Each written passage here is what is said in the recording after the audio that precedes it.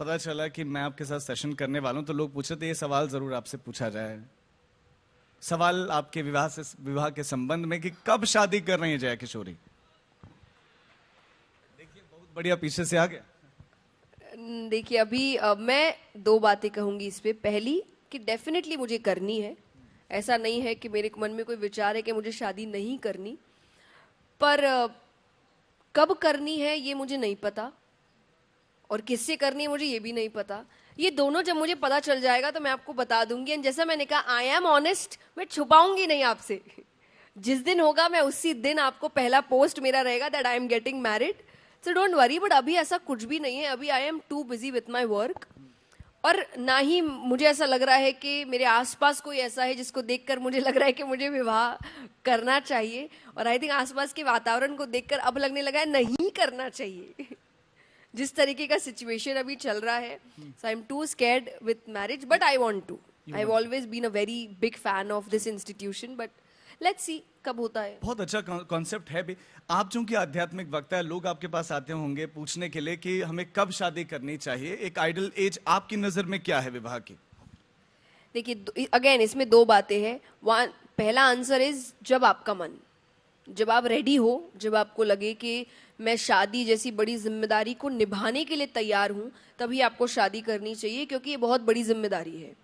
इसीलिए अगर हम आज देखें कि आप अब्रप्ट डिसीजंस लेते हैं, फिर अब्रप्टली वो रिश्ता टूट भी जाता है, तो ये सब कहानी करने की बजाय प्लीज टाइम लीजिए, सोचिए, विचारिए, जितने भी प्रोज कॉन्स है सब कुछ देखिए। क्योंकि हमको शादी मतलब सिर्फ तामझाम ही नजर आता है, हल्दी मेहंदी संगीत, इसका लहंगा पहनेंगे, उसका लहंगा पहनेंगे, शादी यहाँ करेंगे, शेरवानी इसकी होगी, रिंग ऐसी होगी।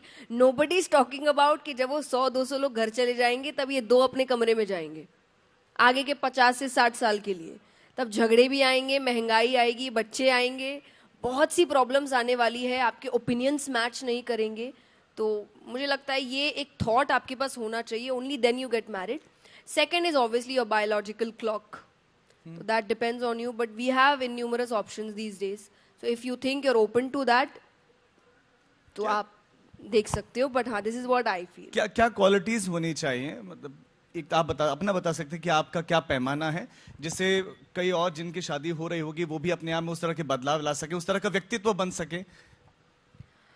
दो तीन चीजें बहुत मुझे लगता है बेसिक होती है, जिसमें पहला है रिस्पेक्ट, इज्जत होनी चाहिए दोनों के मन में, दोनों के लिए, दोनों के मन में, दोनों के व्यक्तित्व के लिए, दोनों के मन में, दोनों के काम के लिए।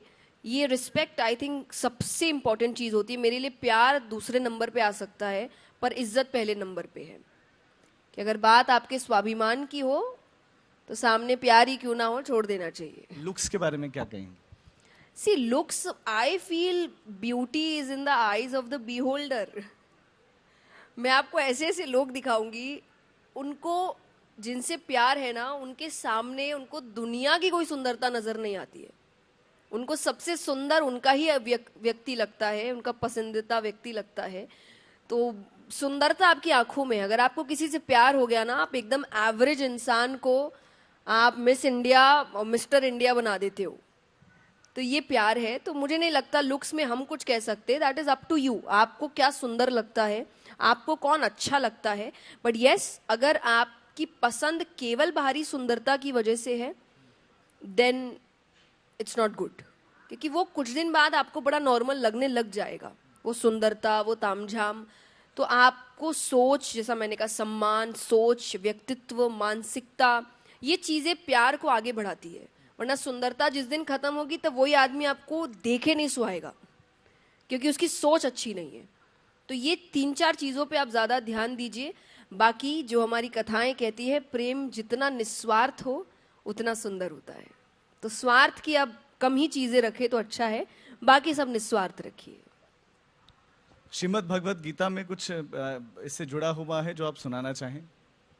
प्रेम से जुड़ा, देखिए वहां वो भगवान उनको युद्ध करना सिखा रहे हैं, तो वहां तो भगवान कह रहे हैं इनडायरेक्टली शायद आज की भाषा में कि प्यार मोहब्बत धोखा है, पढ़ ले बेटा मौका है। क्योंकि वहां अर्जुन यही कह रहे हैं ना, ये मेरा अपना है, वो मेरा अपना है। भगवान के अपना वगैरह बाद में, अभी जो धर्म है वो कर, और धर्म योद्धा का युद्ध करना है। तो मुझे लगता है कि that's what Geeta ji teaches you.